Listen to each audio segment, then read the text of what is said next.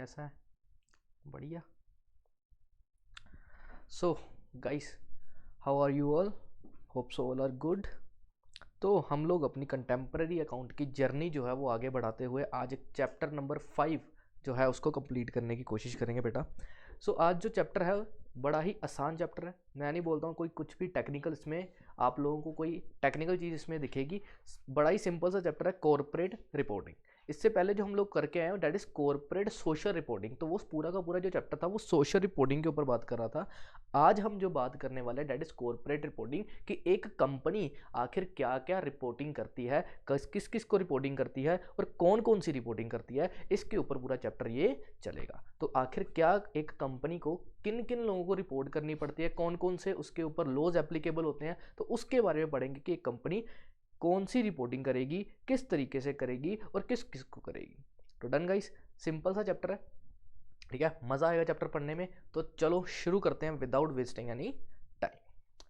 तो बेटा सबसे पहले इन्होंने बताया गया है यहाँ पे कॉर्पोरेट फाइनेंशियल रिपोर्टिंग क्या होता है। बेटा कॉर्पोरेट फाइनेंशियल रिपोर्टिंग क्या होता है? तो सबसे पहले इन्होंने बोला कि आखिर जो हम लोग बार बार पढ़ते आ रहे हैं वही सेम चीज़ है इन्होंने, कि अकाउंटिंग क्या है बेटा। अकाउंटिंग एक प्रोसेस है जिससे हम आइडेंटिफाई करते हैं, मेयर करते हैं और कम्युनिकेट करते हैं किसको, अपनी इकोनॉमिक इंफॉर्मेशन को। अपनी इकोनॉमिक इंफॉर्मेशन को क्या करते हैं, अपना क्या करते हैं, कम्युनिकेट करते हैं अपनी इकोनॉमिक इंफॉर्मेशन को। उसको क्या बोला जाता है, अकाउंटिंग का प्रोसेस, ठीक है। अब कॉर्पोरेट रिपोर्टिंग में भी डिफाइंड एज, अब कॉर्पोरेट रिपोर्टिंग क्या है, कम्युनिकेट करना, किसको कम्युनिकेशन करनी है, communication of published financial statement and related information from the business enterprise to all the user. तो बेटा रिपोर्टिंग का मतलब क्या हो जाएगा कि जो भी आपने अपनी फाइनेंशियल स्टेटमेंट बनाई है उस फाइनेंशियल स्टेटमेंट को पब्लिश कर देते हो जब तुम सभी लोगों को, that is called as reporting. तो रिपोर्टिंग क्या है सर, किसी भी पर्सन को जाके बताना, कम्युनिकेट करना, दैट इज रिपोर्टिंग। तो जब आपने अपनी फाइनेंशियल स्टेटमेंट्स बना ली उसके बाद में आप डिफरेंट डिफरेंट लोगों को जाके बता रहे हो, उनके तक अपनी इंफॉर्मेशन पहुंचा रहे हो, पब्लिश कर रहे हो आप लोग इंफॉर्मेशन अपने बिजनेस की, उसको कहते हैं कॉर्पोरेट रिपोर्टिंग। सर किस किस को देनी होती है? बेटा देखो, शेयर होल्डर को दे सकते हो आप लोग, creditor, customer, government authorities and others, public जो होती है, इन सभी को रिपोर्टिंग करनी क्या है, ज़रूरी है। इन सभी को कॉर्पोरेट रिपोर्टिंग पहुंचानी ज़रूरी होती है। तो डैट इज कॉर्पोरेट रिपोर्टिंग, कि आपने जो भी फाइनेंशियल स्टेटमेंट्स बनाई है उस पूरी की पूरी फाइनेंशियल स्टेटमेंट्स को डिफरेंट डिफरेंट यूजर्स तक पहुंचाना, that is called as corporate reporting, ठीक है बच्चे। उसके बाद में उन्होंने बोला कि आखिर हम लोग इंडियन कंपनीज एक्ट, जो आपका कंपनीज एक्ट 2013 है, कंपनीज एक्ट के अकॉर्डिंगली आपकी फाइनेंशियल स्टेटमेंट्स जो हम लोग, जिसको हम लोग फाइनेंशियल स्टेटमेंट बोलते हैं, उसमें क्या क्या आता है, ठीक है। तो कंपनीज एक्ट ने आपकी जो फाइनेंशियल स्टेटमेंट्स है उसमें 5 चीज़ों को फाइनेंशियल स्टेटमेंट बोला गया कि एक कंपनी जो है वो अपनी 5 चीज़ें जो है वो लोगों को प्रोवाइड करवाएगी। सबसे पहली होती है आपकी प्रॉफिट एंड लॉस अकाउंट, ठीक है, पढ़ा हुआ तुम लोगों ने। दूसरा आता है बेटा बैलेंस शीट, जिसमें आप लोग एसेट्स और लाइबिलिटीज बताते हो। थर्ड आता है आपका cash flow statement. Cash flow statement generally हर एक कंपनी नहीं बनाती, कुछ कंपनीज है जिनके ऊपर कैश फ्लो स्टेटमेंट की रिक्वायरमेंट लगती है, बाकी ज़्यादातर कंपनीज को कैश फ्लो स्टेटमेंट बनाने की जरूरत नहीं होती। Fourth one is your notes to accounts. Notes to accounts का मतलब होता है बेटा कि अगर आपने किसी भी तरीके से कोई भी अकाउंटिंग पॉलिसी यूज़ करी है या फिर आपने किसी भी तरीके का ऐसा मेथड यूज़ करा है जिसको बताना ज़रूरी है, तो उसको आप नोट्स टू अकाउंट्स में बताते हो। जैसे एग्जांपल दूं आप लोगों को, तो डेप्रिसिएशन के आपको याद होगा, तो 2 मेथड तुम लोग पढ़ के आए हो, एक तो रिटर्न डाउन वैल्यू मेथड होता है और एक डेप्रिसिएशन। अब जब मैं फाइनेंशियल स्टेटमेंट्स बनाता हूँ तो मैं तो डेप्रिसिएशन लगा देता हूँ ना डायरेक्टली। हम लोग क्या करते हैं, डेप्रिसिएशन ऑलरेडी लगा देते हैं। जब डेप्रिसिएशन लगा देंगे तो किसी को कैसे पता लगेगा कि हम लोगों ने कौन सा मेथड लगा के डेप्रिसिएशन लगाई है?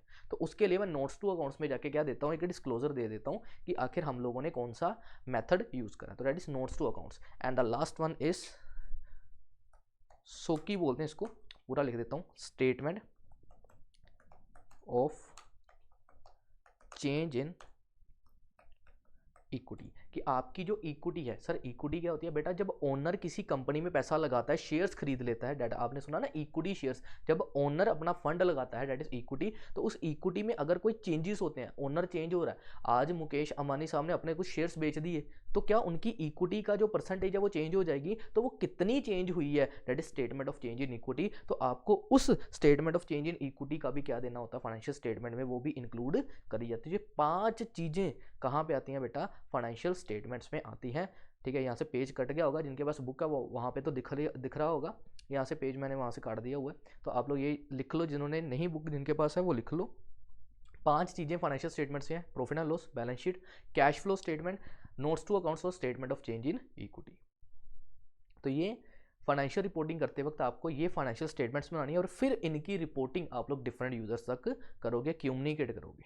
ठीक है बेटा, अब सिंपल सी बात है, ऑब्जेक्टिव बताओ भी। What do you mean by word objective? Sir um, um बोलते हो ना, जैसे तुम लोग एम बोलते हैं ना कि मेरा एम क्या है, इसी तरीके से अगर मैं फाइनेंशियल रिपोर्टिंग करूंगा तो उस फाइनेंशियल रिपोर्टिंग के ऑब्जेक्टिव्स क्या क्या होंगे, क्या फ़ायदा होगा। ठीक है, तो वो उन्होंने बताया कि इन्होंने बोला corporate is not an end itself but it mean to achieve the certain objective. तो कॉर्पोरेट ने सर्टन ऑब्जेक्टिव्स अपने अचीव करने होते हैं। कॉर्पोरेट का मतलब पता लग रहा है ना, कंपनी। तो वहाँ पे उन्होंने बोला कि objectives of the corporate financial reporting इस financial statement has been discussed as for long time. तो लंबे समय तक आपकी फाइनेंशियल रिपोर्टिंग जो है वो चलती रहती है। ये नहीं है एक बार आपको फाइनेंशियल रिपोर्टिंग करनी है बस, नहीं, आपको लंबे समय तक जो भी आपको लोग करोगे वो सारा कुछ आपको फाइनेंशियल रिपोर्टिंग में देना होता है। While there is no final statement no objection no objectivities. अगर आपके फाइनेंशियल स्टेटमेंट्स ही नहीं है, इसका मतलब आपका कोई भी ऑब्जेक्टिव नहीं है। तो ऑब्जेक्टिव जो है वो कॉर्पोरेट रिपोर्टिंग जो है वो बताती है आपकी। ठीक है, तो आपकी जो कॉर्पोरेट फाइनेंशियल रिपोर्टिंग आप लोग करते हो वो आपके ऑब्जेक्टिव्स को डिक्लेयर कर देती है। बेटा दो ही मेन काम है, प्राइमरी दो ही काम है जिसके लिए फाइनेंशियल रिपोर्टिंग करी जाती है। First one is investment decision making, second one is management accounting. तो मतलब आज हम लोग जो फाइनेंशियल रिपोर्टिंग कर रहे हैं, अरे इधर देख के, हाँ, और हम लोग जो क्या कर रहे हैं फाइनेंशियल रिपोर्टिंग कर रहे हैं, उसके कितने ऑब्जेक्ट हैं, बोल कितने ऑब्जेक्ट हैं, दो। कितने ऑब्जेक्ट हैं, दो। कौन कौन से? एक तो इन्वेस्टमेंट डिसीजन लेने के लिए और दूसरा management accountability. Sir investment decision का क्या मतलब है बेटा? अगर कोई कंपनी फाइनेंशियल रिपोर्टिंग नहीं कर रही है, मतलब क्या इन्वेस्टर तक किसी भी तरीके की इंफॉर्मेशन पहुंच रही होगी? सर नहीं। अगर कोई कंपनी रिपोर्टिंग ही नहीं कर रही तो किसी को इन्वेस्टर को क्या कोई इंफॉर्मेशन पहुंच पाएगी? नहीं। तो अगर किसी इन्वेस्टर तक इंफॉर्मेशन ही नहीं पहुंच पा रही तो क्या कोई इन्वेस्टर किसी कंपनी में इन्वेस्ट करेगा? जैसे मेरी कंपनी है, तो मेरी कंपनी किसी भी तरीके की रिपोर्टिंग नहीं करती, कुछ बताती नहीं अपने बारे में, सारा कुछ सीक्रेट रखा हुआ है, सारा कुछ सीक्रेट रखा हुआ है। मैंने बोला हम लोग दुनियादारी से दूर हैं, हम लोग किसी को मुंह नहीं लगाएंगे, हम लोग तो भाई पीछे रहेंगे, ना ही हम अपने सीक्रेट्स किसी के साथ शेयर करेंगे, ना ही अपना ऑब्जेक्ट बताएंगे, हम तो चुप करके अपनी कंपनी चलाएंगे। तो क्या कल को मेरी कंपनी में कोई इन्वेस्ट करना चाहेगा? नहीं। जबकि मैंने अपने ऑब्जेक्टिव नहीं बताए, मैंने ये नहीं बताया मेरा कितना प्रॉफिट है, मेरा कितना लॉस है, तो क्या कल को कोई इंसान मेरी कंपनी में इन्वेस्ट करना चाहेगा? नहीं। तो इन्वेस्टमेंट डिसीजन लेने के लिए फाइनेंशियल रिपोर्टिंग क्या है बेटा? जरूरी है। ठीक है, तो इन्वेस्टर तक वो चीज़ पहुंचाना जरूरी है। सर मैनेजमेंट अकाउंटेबिलिटी का क्या मतलब होता है बेटा? दूसरा ये मेन ऑब्जेक्टिव है कि मेरे को फाइनेंशियल रिपोर्टिंग करनी पड़ेगी, ये मैनेजमेंट की अकाउंटेबिलिटी है। मैनेजमेंट आंसरेबल है सभी को। जिस जिस पर्सन ने कंपनी में पैसा लगाया है उन लोगों का पैसा कंपनी में लग चुका है, और मैनेजमेंट जो है वो पूरे के पूरे पैसे को यूज़ करके कंपनी को चला रही है। अब कल को मैनेजमेंट ने, जो मैनेजमेंट है, जो टॉप लेवल मैनेजमेंट है, उसको कल को बताना भी तो है कि उन्होंने उस पैसे का क्या करा। तो इट इज़ अ रिपोर्टिंग जिसके थ्रू सभी को पता लगेगा कि उनके पैसे का क्या हुआ। तो मैनेजमेंट की अकाउंटेबिलिटी है। अकाउंटेबिलिटी का मतलब होता है आंसरेबिलिटी है, उसके ऊपर ओब्लिगेशन डाली गई है लोगों ने कि आप लोगों को फाइनेंशियल रिपोर्टिंग करनी ही करनी है। तो इन दो कारण, ये दो मेन कारण हैं जिसके कारण आपकी कंपनी को फाइनेंशियल रिपोर्टिंग करनी होती है। समझ गए? तो बस यही यहाँ पे लिखा है कि बेसिक ऑब्जेक्टिव जो फाइनेंशियल रिपोर्टिंग का है वो यही है कि हम लोग इंफॉर्मेशन प्रोवाइड करवाएंगे अपने इन्वेस्टर को, क्रेडिटर को और अदर यूजर्स को, ताकि वो लोग साउंड इन्वेस्टमेंट कर सके, अपना बढ़िया इन्वेस्टमेंट डिसीजन ले सकें। ठीक है, अपना बढ़िया इकोनॉमिक डिसीजन ले सकें। डन। फिर उन्होंने बोला financial reporting should provide information that it is useful to present potential investor and creditor. जो लोग हमारी कंपनी में इन्वेस्टमेंट करना चाहते हैं, जो लोग हमारी कंपनी को इन्वेस्टमेंट देना चाहते हैं, वो पोटेंशियल इन्वेस्टर तक सही इंफॉर्मेशन पहुंच सके, इसलिए मुझे फाइनेंशियल रिपोर्टिंग करनी पड़ रही है। और दूसरा मैंने क्या बताया था, मैनेजमेंट की अकाउंटेबिलिटी है, मैनेजमेंट ने आंसरेबिलिटी है कि मैनेजमेंट को बताना पड़ेगा कि उन्होंने उनके पैसे के साथ क्या करा। तो it information on the management accountability, कि ये मैनेजमेंट की अकाउंटेबिलिटी बनती है कि वो ये बताए कि मैनेजमेंट कितने इफेक्टिवनेस तरीके से सारे रिसोर्सेज को यूज़ कर रहा है, और अकाउंटेबल है वो किसको? ओनली ओनर को नहीं। ठीक है, not only owner, not only for the custody for the safe keeping of the enterprise but also for the profitable use for and protecting them. मतलब कि जो मैनेजमेंट है, आज कंपनी को सभी इन्वेस्टर्स पैसा दे देते हैं, लेकिन क्या investors are the real owner? सुनना ध्यान से, अगर आपने आज रिलायंस में एक भी शेयर ले लिया ना, यू आर द ओनर। सही बोल रहा हूँ मैं, you are the owner of the Reliance. बेटा ये मैं नहीं बोला, ये लॉ की लैंग्वेज बोलती है। लॉ की लैंग्वेज ये बोलती है कि अगर आपने किसी कंपनी में इक्विटी शेयर्स खरीदे हैं तो equity share are the owner of the company, real owner of the company. तो आज मैंने रिलायंस में अगर शेयर्स खरीद लिए तो मैं कौन बन गया? Real owner. लेकिन क्या एक रियल ओनर कंपनी चला रहा है? नहीं सर, ऐसे तो सभी लोग पहुंच जाएंगे रिलायंस को चलाने के लिए। तो चलाने के लिए वहां पे कौन बैठे हुए हैं? डायरेक्टर, जिसको हम लोग मैनेजमेंट बोलते हैं। वो कंपनी को क्या कर रहे हैं? मैनेज। तो इनडायरेक्ट वे में वो हमसे पैसा ले लेते हैं और हमारी कंपनी को चला रहे हैं वो लोग, और क्या कर रहे हैं? मैनेज कर रहे हैं। कल को उन लोगों को हमें बताना पड़ेगा कि आपके पैसे का क्या करा। समझ आ रहा है? हमसे पैसा ले लिया तो हमारे पैसे का क्या हो रहा है, ये उनकी रिस्पॉन्सिबिलिटी बनती है हम तक ये बात पहुंचाने की। तो इसलिए उन्होंने बोला कि ये लोग हमें सिर्फ क्या कहते हैं, अकाउंटेबल नहीं है सिर्फ ओनर को, सिर्फ इस चीज़ के लिए कि इन्होंने जो कंपनी है उसको संभाल के रखा है। इनकी ये भी रिस्पॉन्सिबिलिटी बनती है कि ये हमें प्रॉफिटेबल और एफिशिएंट तरीके से हमारे रिसोर्सेज को प्रोटेक्ट करके रखें। तो ये किसकी अकाउंटेबिलिटी है? मैनेजमेंट की अकाउंटेबिलिटी है। आगे समझ बेटा, management accountability is of the great interest is not only to the existing share holder. सिर्फ शेयर होल्डर तक इनकी अकाउंटेबिलिटी नहीं रहती, but to the other user who are potential share holder, creditor and other user. तो बाकी के जितने users हैं, जितने कंपनी के साथ रिलेट कर रहे हैं, उन सभी को प्रॉपर रिपोर्ट करने की जो अकाउंटेबिलिटी है वो किनकी है? अपनी मैनेजमेंट की है। समझ आ गया? तो दो मेन कारण है जिसके लिए हम लोग क्या करते हैं? फाइनेंशियल रिपोर्टिंग करते हैं। तो कौन कौन से दो कारण थे? एक तो इन्वेस्टमेंट डिसीजन लेने के लिए, और दूसरा अपनी मैनेजमेंट की अकाउंटेबिलिटी है इसलिए। ठीक है, तो दो कारण है जिसके लिए आप लोग क्या करते हो? फाइनेंशियल रिपोर्टिंग करते हो। Next one is qualitative character. अब उन्होंने बुलाया कि आप लोग जो भी रिपोर्टिंग कर रहे हो, जो रिपोर्ट बना के तुम लोग दे रहे हो, वो रिपोर्ट में क्या क्या कैरेक्टरिस्टिक्स होने चाहिए, वो रिपोर्ट कैसी होनी चाहिए। ठीक है, तो कैसी रिपोर्ट होनी चाहिए वो देखते हैं। तो ऐसी रिपोर्ट होनी चाहिए, तो कैसी सर होनी चाहिए, तो ऐसी होनी चाहिए, मतलब कि अंडरस्टैंडेबिलिटी होनी चाहिए। मतलब आप लोग जो भी फाइनेंशियल रिपोर्ट आप तक पहुंच रही है वो अंडरस्टैंडेबल हो, मतलब ईजी लैंग्वेज में हो, लिखी हो, और ऐसी लैंग्वेज हो जो कि हर एक इंसान ईजिली अंडरस्टैंड कर सके। ये नहीं है कि मैंने उसको क्या कहते हैं वो चाइनीज़ भाषा में लिख के भेज दिया, अब ना वो तुम्हारे समझ में आ रही है ना वो मेरे समझ में आ रही है। अब उसके लिए तुम्हें किसी इंसान को बुलाना पड़ेगा जो पूरे चाइनीज़ पढ़ के तुम्हें सुनाएगा। ठीक है, तो ऐसी रिपोर्टिंग ना हो, ऐसे क्या कहते हैं ऐसी वर्ड्स टेक्निकल ना यूज़ करेंगे और रिपोर्टिंग में जो कि किसी पर्सन के समझ में ही ना आए। तो ऐसी रिपोर्ट बना के दो जो कि क्या हो? अंडरस्टैंडेबल हो, रीड। कहाँ गया हमारा कर्सर? कहाँ पे गया? आ गया। तो ऐसी रिपोर्टिंग करनी है readily understandable by the user, जो कि हर एक पर्सन उसको क्या कर रहा है, जो यूज़र है उसका रिपोर्टिंग का, वो उसको ईजिली अंडरस्टैंड करे। Presenting information to understand not only sophisticated users. Sophisticated मतलब कुछ यूज़र जो कि बड़े ही ज़्यादा क्या कहते हो आप लोग, टेक्निकल जो चीज़ें समझते हैं, सिर्फ उनके समझने के लिए नहीं होनी चाहिए, but not only by the other create which inconsistency with the standard of educatory and the disclosure. मतलब ऐसी इंफॉर्मेशन ना हो जो कि सिर्फ सोफिस्टिकेटेड वाले बंदे ही समझ सके और बाकी के ना समझ सकें। Presentation of information should not only facilitate understanding. जब आप किसी को इंफॉर्मेशन देते हो तो वो सिर्फ आपको अंडरस्टैंड करने के लिए फैसिलिटेट नहीं करती, but also avoid wrong interpretation of the financial statement. आप जब भी किसी को रिपोर्टिंग करते हो तो वो आपको अंडरस्टैंड तो करवाती है, साथ में ये भी विश्वास दिलवाती है कि हम लोगों ने जो भी फाइनेंशियल स्टेटमेंट दिया है उसमें किसी भी तरीके की रॉन्ग इंटरप्रिटेशन नहीं करी है और ना ही उसमें है। समझ आ गया? तो बस ये थी कि जो भी फाइनेंशियल रिपोर्टिंग जाएगी वो अंडरस्टैंडेबल होनी चाहिए। दूसरा, रेलिवेंस होनी चाहिए। सर रेलिवेंस का मतलब क्या होता है? अच्छा मैं दो वर्ड्स बता दूं तुम्हें, पहले डिफरेंस बता दूं फिर पढ़ते हैं। और थर्ड है ये किस यार, पीडीएफ अच्छी बनाया करो बेटा, पीडीएफ अच्छी बना के दिया करो। पता क्या, ये देखो यहाँ पे मेरे को कितनी, तुम लोग ना मेरे को वो क्या कहते हैं चश्मा लगवा दोगे किसी दिन। चलो हाँ लग जाएगा तो तुम्हारे लिए दिक्कत है, उल्टा सीधा पढ़ लेंगे फिर। चलो रेलिवेंसी का क्या मतलब है? रेलिवेंसी का मतलब होता है कि आखिर एक होता है रेलिवेंस, एक होता है रिलायबिलिटी। तो दोनों का डिफरेंस पहले समझ लेते हैं बेटा। रेलिवेंस का मतलब होता है कि जब हम किसी के साथ में बात कर रहे होते हैं तो हम बोलते हैं ना कि यार रेलिवेंट बात कर। रेलिवेंट मतलब कोई पते की बात कर, यार क्या बातें कर रहा है, कोई समझदारी की बात कर, ठीक है ना, मुझे आलतू फालतू बात मत कर, डैट इज अ रेलिवेंस। मतलब जब आप बिल्कुल सही बात कर रहे हो, बिल्कुल पते की बात कर रहे हो, ठीक है, ठीक बात कर रहे हो, दैट इज रेलिवेंट, ठीक है। नहीं तो कभी भी बोलते हैं यार छोड़ यार क्या बातें कर रहा तुम, छोड़ ये रेलिवेंट नहीं है मेरे लिए। रेलिवेंसी का मतलब होता है ऐसी बात जो कि इंपॉर्टेंट है, जो कि उस चीज़ के साथ में रिलेट कर रही है, दैट इज द रेलिवेंस, ठीक है सर। सर रिलायबिलिटी क्या होता है बेटा? रिलायबिलिटी का मतलब भरोसा, ठीक है, भरोसा, जो कि आजकल किसी के ऊपर पता मुझे, चलो छोड़ो। तो रेलिवेंस का मतलब क्या होता है? रेलिवेंस का मतलब होता है कि आखिर जब भी आप किसी के साथ में कोई भी बात कर रहे हो तो वो इंपॉर्टेंट बात है, वो उसी के साथ रिलेट कर रही है, दैट इज अ रेलिवेंस।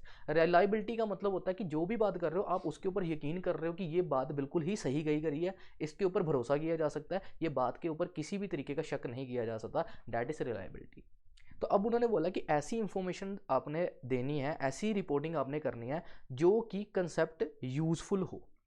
ऐसा नहीं है कि आप अपनी रिपोर्ट में कुछ भी छाप के दे जा रहे हो जो कि इन्वेस्टर की समझ में नहीं आ रहा, ना इन्वेस्टर का लेना देना है। अब मैं देख के दे रहा हूँ, डायरेक्टर जो है वो बड़ा ही अच्छा ऑनेस्ट है, हाँ वो सुबह 5 बजे उठता है, 5 बजे उठ के पहले योगा करता है, योगा करने के बाद में वो कंपनी में आता है, कंपनी में आके वो सभी को हंसाता है, फिर वो काम करता है। इससे इन्वेस्टर को क्या लेना देना? अब तुम ये बताओ कि वो जो डायरेक्टर था उसने पहले किस कंपनी में काम करा, उसने वहाँ पे कितना प्रॉफिट करके दिया, उसकी क्वालिफिकेशन क्या, हाँ ये रेलिवेंट हो सकती है। लेकिन अगर तुम वो लोग बता रहे हो कि उसकी पूरी की पूरी डे टू डे की रूटीन क्या है, वो इतने बजे सोता है, वो इतने बजे जागता है, वो ये काम करता है, वो काम करता है, उससे इन्वेस्टर को क्या फ़ायदा?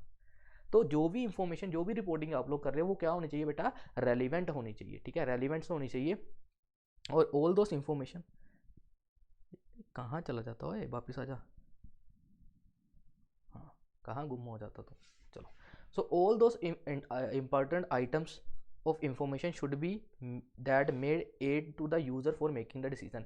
मतलब ऐसी इंफॉर्मेशन लिखी होनी चाहिए आपकी रिपोर्ट में जो सारे के सारे यूज़र जितने यूज़ कर रहे हैं उस इंफॉर्मेशन को, वो लोगों को डिसीजन लेने में हेल्प करे, ठीक है। ऐसी इंफॉर्मेशन आपको प्रोवाइड करवानी है। इंफॉर्मेशन रेलिवेंट कब होती है? जब ये इन्फ्लुएंस करेगा किसी का इकोनॉमिक डिसीजन, जब ये किसी पर्सन के डिसीजन को इफेक्ट करेगा, ऐसी इंफॉर्मेशन को हम लोग रेलिवेंट इंफॉर्मेशन मानते हैं। चाहे वो पास्ट हो, पास्ट को इवेलुएट करके दी हो, प्रेजेंट को करके दी हो, या फ्यूचर को इवेलुएट करके दी हो, लेकिन अगर वो किसी के डिसीजन को चेंज कर रही है, अगर वो किसी के डिसीजन इन्वेस्टमेंट डिसीजन को चेंज कर रही है, तो फिर वो रेलिवेंट इंफॉर्मेशन है। अगर अदर इंफॉर्मेशन दे रहे हो तो वो एक रेलिवेंट इंफॉर्मेशन नहीं है, ठीक है। Information which does not assist user, जो ऐसी इंफॉर्मेशन जो कि असिस्ट नहीं कर रही, जो कोई किसी को हेल्प नहीं कर रही, किसी भी क्या कहते हैं इन्वेस्टर को हेल्प नहीं कर रही है, किसी भी पर्सन को जो यूज़ कर रहा है उस इंफॉर्मेशन को, उसको हेल्पफुल नहीं है, तो वो इंफॉर्मेशन रेलिवेंट नहीं है। तो जैसे हम लोग बोलते हैं ना, तू मेरे लिए रेलिवेंट नहीं है, ठीक है, हमारी ज़िंदगी में तेरी कोई रेलिवेंसी नहीं है, तो वो चीज़ का यहाँ पे कोई काम नहीं है। अगर कोई ऐसी चीज़ है, ऐसी चीज़ें जो आप लोग अपनी इंफॉर्मेशन में डाल रहे हो जो कि किसी के इकोनॉमिक डिसीजन को या फिर इन्वेस्टमेंट डिसीजन को इफेक्ट नहीं करती, that is not relevant. Hope so समझ आया होगा। रेलिवेंट और रिलायबिलिटी अब नेक्स्ट पढ़ेंगे। रिलायबिलिटी में अब क्या आ जाएगा? जो कि भरोसेमंद है, ऐसी चीज़ जो कि, अब मेरे को भी दिक्कत होगी पढ़ने में, ठीक है ना, रुक जाओ ज़रा। To primary the information should be reliable and it free from material error and bias, ठीक है, बायस बोलते हैं वैसे तो, ब्यास पता नहीं क्यों निकलता मुँह से। और faithful represent what it purport to represent, मतलब जो भी इंफॉर्मेशन आप दे रहे हो that should be reliable. Reliable मतलब ऐसी इंफॉर्मेशन देनी है जो कि सारे मटेरियल एरर से फ्री हो, जिसमें किसी भी तरीके की गलती ना करी हो, एंड फ्री फ्रॉम ऑल बाइस, मतलब बाइस नहीं होना चाहिए। ऐसे नहीं है कि मेरी पर्सनल जजमेंट उसमें इन्वॉल्व होनी चाहिए, तो किसी के थ्रू बाइस नहीं होनी चाहिए, मतलब डिस्क्रिमिनेशन नहीं करनी चाहिए उसमें। ऐसी इंफॉर्मेशन होनी चाहिए जो कि बिल्कुल ट्रू एंड फेयर हो और जिसमें कोई भी तरीके का एरर ना हो। समझ आ गया? दैट इज रिलायबल, ठीक है। And the last one is comparability, कि सर ऐसी इंफॉर्मेशन देनी है जो कंपेरेबल भी हो, चाहे वो इंटर फर्म चाहे वो इंट्रा फर्म। यहाँ पे लिख लेना कहीं पे इंटर या फिर इंट्रा, ठीक है, इंटर फर्म, इंटर फर्म या एंटिटी बोल लो, ठीक है, फर्म और intra, intra firm. Sir inter firm और इंट्रा फर्म क्या होता है? इंटर मतलब एक कंपनी की इंफॉर्मेशन दूसरी कंपनी के साथ में क्या कर रहे हैं, कंपेयर करके दे रहे हैं, दैट इज इंटर। और इंट्रा मतलब अपनी कंपनी की इंफॉर्मेशन अपने साथ ही कंपेयर कर रहे हैं पिछले पास्ट परफॉर्मेंस के साथ में, दैट इज इंट्रा। तो ऐसी रिपोर्टिंग होनी चाहिए जो कि इजीली कंपेरेबल हो, ताकि हम लोग डिफरेंट डिफरेंट कंपनीज के साथ में कंपेयर करके चेक कर सकें कि क्या ये कंपनी में इन्वेस्ट करना ईजी मतलब अच्छा है या फिर नहीं। तो उसके अकॉर्डिंगली हम लोग क्या बना सकते हैं, अपनी पॉलिसीज़ भी बना सकते हैं फ्यूचर की, कि आखिर हमें फ्यूचर में क्या कुछ करना है, कौन सी पॉलिसीज़ बनानी है, किस सेक्टर के ऊपर ज़्यादा ध्यान देना है, किस एक्टिविटी के ऊपर कम ध्यान देना है, तो वो कंपेरेबिलिटी से ही पता लगेगा। तो 4 इसके क्या थे, कैरेक्टरिस्टिक्स से। कौन कौन से 4 थे सर? पहले तो अंडरस्टैंडेबिलिटी था, ठीक है, क्या था? अंडरस्टैंडेबिलिटी, ये अंडरस्टैंड होनी चाहिए हर किसी को रिपोर्टिंग, दूसरा रिलायबल होनी चाहिए, तीसरा रेलिवेंट होनी चाहिए, और फोर्थ वन क्या होनी चाहिए, कंपेरेबल। चार बोलो फिर से, पहले कौन सा होना चाहिए, अंडरस्टैंडेबल, दूसरा रिलायबल, तीसरा रेलिवेंट, चौथा चौथा कंपेरेबल। Very good. तो ये सारी चीज़ें होनी चाहिए किसमें, एक वैलिड रिपोर्टिंग में। डन बेटा जी, चलें बेटा जी, चलो बेटा जी। अब क्या रह गया, अब आ गया डिस्क्लोजर्स। अब डिस्क्लोजर्स की बातें हैं, ठीक है, जो जो याद रहेगा उतना तो देखें, क्योंकि इंडियन इन्वायरमेंट में की बात करें, अगर इंडियन इन्वायरमेंट की बात करें तो उसमें कौन कौन से डिस्क्लोजर एक कॉरपोरेट को देने पड़ते हैं। तो बेटा आप लोगों ने सेबी के बारे में सुना होगा, अगर किसी ने नहीं सुना तो आपको पूरा का पूरा क्या कहते हैं, फाइनेंशियल मार्केट आपका, ठीक है, वहाँ पे डला हुआ है, तो वहाँ पे जाके चेक करो, ठीक है, उसके पूरा का पूरा वहाँ पे सेबी को मैंने अच्छे तरीके से एक्सप्लेन करा, ठीक है, फाइनेंशियल मार्केट की क्लासेस में सेबी का पूरा लेक्चर पढ़ा है। अब आपने सेबी के बारे में थोड़ा बहुत तो सुना होगा कि SEBI is the stock security exchange board of India. Security exchange board of India SEBI है। ऐसे कंपनीज एक्ट है, तो इन्होंने क्या करा है, कुछ डिस्क्लोजर्स बोले हैं, एक कंपनी को ये डिस्क्लोज करना पड़ेगा अपनी एनुअल रिटर्न में। सर एनुअल रिटर्न क्या होती है, एनुअल रिटर्न या एनुअल रिपोर्ट बोल लो, एनुअल रिटर्न अलग होती है, वैसे रिपोर्ट अलग होती है, लेकिन अभी तक तुम लोग ये समझ लो कि एक रिपोर्ट बनानी होती है, एक एनुअल रिपोर्ट बनानी होती है हर ईयर के बाद, every year is the end of every year आपको एक रिपोर्ट बना के देनी होती है, और उसमें कुछ चीज़ें डिस्क्लोज करनी होती है कि हम लोगों की फाइनेंशियल स्टेटमेंट्स क्या थी, हम लोगों के डायरेक्टर ने क्या क्या रिस्पॉन्स दिया, ऑडिटर ने क्या क्या बताया, तो वो सारा कंपनी का कट्ठा चिट्ठा ना लास्ट में आपको सभी को बताना होता है और सारे लोगों तक पहुंचाना होता है कि कंपनी की ये आपकी स्टेटमेंट है और कंपनी के ये सारा कुछ करा इस साल में। तो वही इन्होंने पूछा कि एक कॉर्पोरेट के ऊपर कौन कौन से डिस्क्लोजर्स हैं, तो इन्होंने बोला कि दो बंदे हैं, एक तो कंपनीज एक्ट और एक आपका सेबी, ठीक है। इन्होंने इंडिया में कुछ डिस्क्लोजर्स बोलना है किसी कंपनी के ऊपर कि इन कंपनी को ये डिस्क्लोजर देना ज़रूरी है। उसमें हम लोग पढ़ेंगे कि पहले सेबी ने कौन कौन से डिस्क्लोजर्स बोले हैं, कि आखिर सेबी ने कौन कौन से डिस्क्लोजर्स बोले हैं जो आपको देने पड़ेंगे। पहला, सेबी ने जितने भी डिस्क्लोजर्स बोले हैं उनके तीन मोटिव हैं। क्या, एक तो protect the interest of investor, जो इंटरेस्ट है इन्वेस्टर का वो प्रोटेक्ट हो। सर इंटरेस्ट मतलब क्या, ब्याज, इंटरेस्ट वो वही होता है ना जो एफडी के ऊपर मिलता है, वो बोल रहे हो। नहीं, इंटरेस्ट का मतलब बेटा उनका वेलफेयर को प्रोटेक्ट करना, उनके साथ कोई भी तरीके की चीटिंग ना हो उसको प्रोटेक्ट करना, ठीक है। तो इन्वेस्टर की इंटरेस्ट को प्रोटेक्ट करना, डेवलपमेंट करना सिक्योरिटी मार्केट, और रेगुलेट करना सिक्योरिटी मार्केट। जिन्होंने तो वो लेक्चर सुना हुआ, ये सेम टू सेम पॉइंट वहाँ पे भी है, याद है। तो तीन काम है सेबी के, एक तो इन्वेस्टर को प्रोटेक्ट करना, कैपिटल मार्केट को या सिक्योरिटी मार्केट को डेवलप करना, और थर्ड रेगुलेट करना। डेवलप करना, रेगुलेट करना और प्रोटेक्ट करना इन्वेस्टर को। क्या करना, डेवलपमेंट करना, रेगुलेट करना और प्रोटेक्ट किसको करना है, इन्वेस्टर को। ये तीन कामों के लिए सेबी यहाँ पे आया हुआ है। अब सेबी ने क्या बोला है, सेबी ने बोला है आप लोग क्या क्या लगाओगे, some important clauses with listing agreement. जब आप सेबी आप लिस्टिंग एग्रीमेंट करते हो स्टॉक एक्सचेंज के साथ में, तब आपको ये डिस्क्लोजर सेबी तक पहुंचाने हैं। कौन कौन से हैं बेटा, देखो आपको कॉपी लगानी है complete and full annual report की, जो भी एनुअल रिपोर्ट है उसकी कॉपी आपको लिस्टिंग एग्रीमेंट के साथ में लगा के देनी है। फिर अपनी कैश फ्लो स्टेटमेंट देनी है। सर सुना सुना लग रहा है। उसके बाद में जितने भी material development and price sensitive information है, ये इसका भी पूरा चैप्टर आपका एफएमओ है। एफएमओ आपका जो फाइनेंशियल मार्केट ऑपरेशन है, वहाँ पे पूरा चैप्टर है प्राइस सेंसिटिव इन्फॉर्मेशन के बारे में। देखो जाके वहाँ पे इनसाइडर ट्रेडिंग का चैप्टर आएगा, वहाँ पे बताया प्राइस सेंसिटिव इन्फॉर्मेशन क्या होती है। ऐसी इन्फॉर्मेशन जो कि प्राइस को बहुत ही ज़्यादा हिला देगी, ठीक है, गुप्त जानकारी जिसको बोलते हो, तो वो इन्फॉर्मेशन कोई है तो वो भी डिस्क्लोज करोगे, ठीक है। टेक ओवर कोड के सारे कंप्लाइंसेस आपने करे हैं या नहीं करे ये बताओगे, और कॉर्पोरेट गवर्नेंस रिपोर्ट क्या करोगे, पब्लिश करोगे। तो ये सेबी के कुछ डिस्क्लोजर्स हैं कि जब लिस्टिंग एग्रीमेंट दोगे जाके, उस टाइम पे आपको अपनी एनुअल रिपोर्ट की कॉपी दे देनी है, साथ में डिस्क्लोज कर देनी है अपनी। उसके बाद में आप लोगों को अपना मटेरियल, जितना भी मटेरियल डिस्क्लोजर्स है वो भी बता देना है, मटेरियल डिस्क्लोजर और प्राइस सेंसिटिव इन्फॉर्मेशन। आपने टेक ओवर कोड के सारे कंप्लाइंसेस करे ये भी बताने हैं, और कॉर्पोरेट गवर्नेंस रिपोर्ट देनी है, ठीक है। और ये भी बता देना कि आप लोगों ने सारे के सारे अकाउंटिंग स्टैंडर्ड जो आप लोग पढ़े हैं, वो ICAI ने जो इशू करे हैं, क्या उसके अकॉर्डिंगली ही आपने सारे कंप्लाइंसेस करे हैं या फिर आपने उनको कंप्लाई नहीं करा। तो ये सारी चीज़ें बतानी है कब, जब लिस्टिंग एग्रीमेंट देने जाओगे स्टॉक एक्सचेंज को। डन। तो ये तो सेबी ने बोला है। अब सर कंपनीज एक्ट ने क्या क्या बोला है, तो देखो कंपनीज एक्ट ने बोला बैलेंस शीट बनाओ, ठीक है, और बनाने के बाद में AGM होती है, पता है AGM किसकी होती है, जब शेयर होल्डर ने पैसा लगाया तो शेयर होल्डर की हर साल एक एजीएम होती है। एजीएम को बोलते हैं एनुअल जर्नल मीटिंग। क्या बोलते हैं? Annual journal meeting. तो नाम ही स्टेट कर रहा है एनुअल जर्नल, हर साल बाद एक जर्नल मीटिंग होती है जिसमें बोर्ड ऑफ डायरेक्टर जो कंपनी को चला रहे हैं वो लोग शेयर होल्डर के सामने ये चीज़ें रखेंगे। अब कौन कौन सी चीज़ें रखेंगे? बैलेंस शीट रखेंगे sir, profit and loss account रखेंगे सर, ठीक है। अब balance sheet, profit and loss account ये तो पढ़ ही सकते हो। अब प्रॉफिट एंड लॉस अकाउंट कैसे बनाएगा? ये बनाओगे आप लोग अपना पार्ट 2 के हिसाब से, ठीक है। कहाँ पे लिखा हुआ ये, एक मिनट रुकना। शेड्यूल 3 के हिसाब से आप लोग बनाओगे बैलेंस शीट को। शेड्यूल 3 पार्ट नंबर ए में, पार्ट 1 में बैलेंस शीट आती है और पार्ट 2 में आता है आपका कौन सा? Statement of profit and loss. मतलब आपने ये करना है कि आपने बताना है कि मैंने प्रॉफिट एंड लॉस अकाउंट भी बनाया, मैंने बैलेंस शीट भी बनाई है, और ये दोनों चीज़ें हम लोगों ने एज पर schedule 3 of the companies act के पार्ट 1 पार्ट 2 के हिसाब से बनाया। तो पार्ट 1 आता है आपका बैलेंस शीट के हिसाब से, पार्ट 2 आता है आपका कौन सा? प्रॉफिट एंड लॉस अकाउंट के हिसाब से। फिर नरेटिव डिस्क्लोजर्स देने हैं। सर नरेटिव डिस्क्लोजर्स का मतलब क्या होता है? बेटा अदर डिस्क्लोजर्स बोल लो, ठीक है। तो वो कौन कौन से? 2 तरीके के हैं, एक तो अकाउंटिंग पॉलिसीज का डिस्क्लोजर और एक नोट्स टू अकाउंट्स का डिस्क्लोजर। अब अकाउंटिंग पॉलिसीज में कौन कौन से डिस्क्लोजर्स देने हैं, ठीक है, कि आप लोगों ने जितनी भी फाइनेंशियल स्टेटमेंट्स बनाई हैं उसमें डिस्क्लोज करना आपने कि सारे के सारे अकाउंटिंग पॉलिसीज आपने अडोप्ट करी हैं या फिर नहीं करी हैं, ठीक है। जितनी अकाउंटिंग पॉलिसीज है उनको डिस्क्लोज करना सारे। Disclosure of accounting policies are issued. और अकाउंटिंग पॉलिसीज कौन बना के देता है? ICAI। पढ़ा ना, अकाउंटिंग स्टैंडर्ड कौन बना के दे रहा है? ICAI। फिर आता है नोट्स टू अकाउंट्स। जैसे मैंने बोला था आप लोगों को कि कोई भी नोट्स टू अकाउंट्स में वो सीरीज होती है, ठीक है, जो भी आप लोगों ने कोई भी पॉलिसी अडॉप्ट करी है उसकी जो रेलिवेंसी है, उसकी जो डिस्क्लोजर है वो आप नोट्स टू अकाउंट्स में प्रोवाइड करवा देते हो, ठीक है।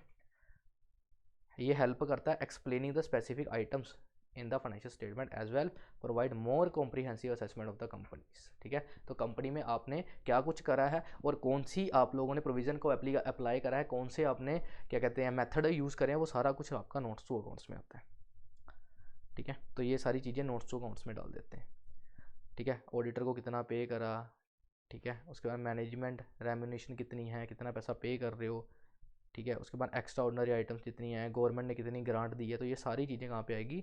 नोट्स टू अकाउंट्स में। रिलेटेड पार्टी ट्रांजैक्शंस, लीज, ये सारी कहाँ पे आएगी? फिर थर्ड कैश फ्लो स्टेटमेंट। देखो पांचों पॉइंट्स वही आ रहे हैं, ठीक है, जो आपके फाइनेंशियल स्टेटमेंट्स के थे। फिर कैश फ्लो स्टेटमेंट बनाना है एज पर अकाउंटिंग स्टैंडर्ड 3, ये AS3 के अकॉर्डिंगली आपने कैश फ्लो स्टेटमेंट बनाना और ये बताना कि कितना पैसा आया कितना पैसा गया, ठीक है। कैश फ्लो फ्रॉम 3 आते थे ना, ऑपरेटिंग एक्टिविटी से कितना पैसा आया, इन्वेस्टिंग से कितना पैसा आया और फाइनेंसिंग से कितना पैसा आया या फिर गया, तो ये तीनों चीज़ें बताओगे। फिर डायरेक्टर एक रिपोर्ट बना के देगा, ठीक है, ये डायरेक्टर रिपोर्ट बना के देगा कि कितना अमाउंट ऑफ डिविडेंड उन्होंने रिकमेंड करा है, ठीक है। फिर कितना पैसा उन्होंने रिजर्व्स में पैसा डाला है, क्या उन्होंने ऑपरेटिंग इन्फॉर्मेशन को सारा का सारी इन्फॉर्मेशन को एक बार रिव्यू करा या फिर नहीं करा, ठीक है। कॉर्पोरेट गवर्नेंस रिपोर्ट देनी है, तो ये सारे काम कौन करेगा? डायरेक्टर रिपोर्ट में बताई जाए। डायरेक्टर रिपोर्ट में तो कुछ भी डाल दो कि डायरेक्टर्स का काम ही क्या है कि उन्होंने सब कुछ रिव्यू करा है या फिर नहीं करा। फिर एक ऑडिटर की रिपोर्ट जाती है एट द एंड कि ऑडिटर ने जो ऑडिट करा है उसकी क्वालिफिकेशन क्या थी। क्वालिफिकेशन का मतलब होता है कि क्या उसने ऑडिट करते वक्त कुछ देखा, ऐसा कुछ देखा कि जिससे उसको लगता है कि इस कंपनी में फ्रॉड तो नहीं हुआ, दैट इज़ क्वालिफाइड, ठीक है। उसको बोलते हैं क्वालिफाइड रिपोर्ट कि ऑडिटर ने कौन सी रिपोर्ट दी, क्वालिफाइड रिपोर्ट दी या अनक्वालिफाइड है। अगर तो अनक्वालिफाइड है उसको बोलते हैं क्लियर रिपोर्ट, उसमें मतलब कि कंपनी में किसी भी तरीके के फ्रॉड के चांसेस नहीं है। और अगर क्वालिफाइड रिपोर्ट है, जो भी उसने रिपोर्ट बना के दी है वो उसको दे देनी होती है, ठीक है, वो भी डिस्क्लोज करोगे। फिर रिलेटेड पार्टी के साथ में कितने डिस्क्लोज होता है? रिलेटेड पार्टी क्या होती है? जैसे रिलायंस की बात करें तो मुकेश अंबानी जी ने अपनी ही वाइफ को डायरेक्टर बना के रखा हुआ है, तो उसके साथ में अगर कोई ट्रांजैक्शन होती है कंपनी की, ठीक है, उसकी वाइफ के साथ में कोई ट्रांजैक्शन होती है या फिर कंपनी की मुकेश अंबानी के साथ में कोई ट्रांजैक्शन होती है, तो उस केस में जो भी ट्रांजैक्शन की वैल्यू है या ट्रांजैक्शन किस पर्पज़ के लिए की है उसको बोलते हैं रिलेटेड पार्टी। कि कंपनी के रिलेटेड पार्टी के साथ में अगर कोई ट्रांजैक्शन होगी तो उसको भी डिस्क्लोज करना पड़ेगा, क्योंकि बाकी के शेयर होल्डर को ऐसा ना लगे कि यार इसको फेवर क्यों दिया गया, ठीक है। तो रिलेटेड पार्टी ट्रांजैक्शन अगर करोगे तो वो भी आपको डिस्क्लोज करनी पड़ेगी। कॉर्पोरेट गवर्नेंस, ठीक है, कॉर्पोरेट गवर्नेंस बहुत ही इंपॉर्टेंट टॉपिक है ये। कॉर्पोरेट गवर्नेंस का मैं बोलता हूँ सबसे ज़्यादा जो चलता है यही चल रहा है। कॉर्पोरेट गवर्नेंस का मतलब होता है कि क्या कंपनी ने सारे रूल्स एंड रेगुलेशन पूरी सही तरीके से फॉलो करें या नहीं करें, ये सारी चीज़ें कहाँ पे बतानी होती है? कॉर्पोरेट गवर्नेंस नॉर्म्स में बताई गई हैं। समझ आ गया? तो बस ये छोड़ भी दोगे लास्ट में कोई दिक्कत नहीं। तो ये सारी चीज़ें तुम्हें क्या करनी पड़ेगी? डिस्क्लोज करनी पड़ेंगी as per companies act. Corporate governance report, related party, auditor की रिपोर्ट, फिर डायरेक्टर की रिपोर्ट, कैश फ्लो स्टेटमेंट और अपना क्या कहते हैं कैश फ्लो स्टेटमेंट और अपना नोट्स टू अकाउंट्स हो गया, फिर अपना बैलेंस शीट हो गया, प्रॉफिट एंड लॉस अकाउंट हो गया। तो ये सारी चीज़ें किसने बोला? कंपनीज एक्ट ने। और सेबी ने 4-5 चीज़ें बोली थी ये डिस्क्लोज करनी है, और यहाँ पे कॉर्पोरेट रिपोर्टिंग का चैप्टर हो जाता है ख़त्म। ठीक है बच्चे, तो ये आसान चैप्टर था, कोई इतना ज़्यादा मुश्किल नहीं था। एक काम किया करो, ठीक है, नेक्स्ट क्लास में आओगे ना, एक काम करना, जब भी नेक्स्ट क्लास देखने बैठोगे, मैंने पहले भी बोला तुम लोगों को, एक कॉपी ज़रूर लेके बैठा करो। कॉपी लेने का क्या फ़ायदा है? अगर आपके पास बुक है तब तो ठीक है, बुक जिनके पास है तब भी अगर किसी ने पढ़ना है अच्छे तरीके से, तो वो ज़रूर एक कॉपी अपने साथ में रखा करो। जो जो पॉइंट्स हम लोग बोल रहे होते हैं ना, आप लोग समझ तो लेते हो, ठीक है, लेकिन बाद में पॉइंट ही भूल जाओगे तो क्या फ़ायदा। तो आप लोग क्या करा करो, उसके पॉइंट लिखने शुरू करा करो, कि जैसे कोई टॉपिक चल रहा है उसके पॉइंट्स लिखते रहा करो। उससे क्या होगा, जब चैप्टर खत्म हो जाएगा तो तुम्हारी समरी ऑलरेडी बन के तैयार होगी। तो आपको क्या करना है, सिर्फ पॉइंट्स रटना है, क्योंकि अंदर का मटेरियल आप लोगों ने सुन लिया होता है। तो ये सबसे बेस्ट तरीका रहता है कि आपकी एक रिवीजन भी हो जाएगी, आपकी कॉपी भी साथ में बन जाएगी। मेरे को पता थोड़ी दिक्कत है, दिक्कत ये है कि आप लोग सोचोगे सर हम छोटे बच्चे थोड़ी हैं, कॉपी साथ में लेके बैठे हैं, पढ़ाई करने थोड़ी बैठे हैं, हमें बस बोल दो। तो मैं उनकी बात कर रहा हूँ जिन्होंने पढ़ाई करनी है, और जिनको लगता है कि हम लोग का दिमाग इतना नहीं है कि हम लोग सारा सुन के रिटेन कर लेंगे। उनके लिए मैंने बोला, जो एक्सेप्शनल है, जो लोगों का दिमाग ज़्यादा है, जो लोग ज़्यादा पढ़े लिखे हैं, उनके लिए ये बात नहीं थी। ठीक है, तो आगे आओगे तो कॉपी लेके आना, और साथ में इसकी चीज़ को साथ साथ में क्या करते रहना, लिखते रहना। तो मिलते हैं नेक्स्ट सेशन के बेटा, फिर याद करते रहना और पढ़ते रहना।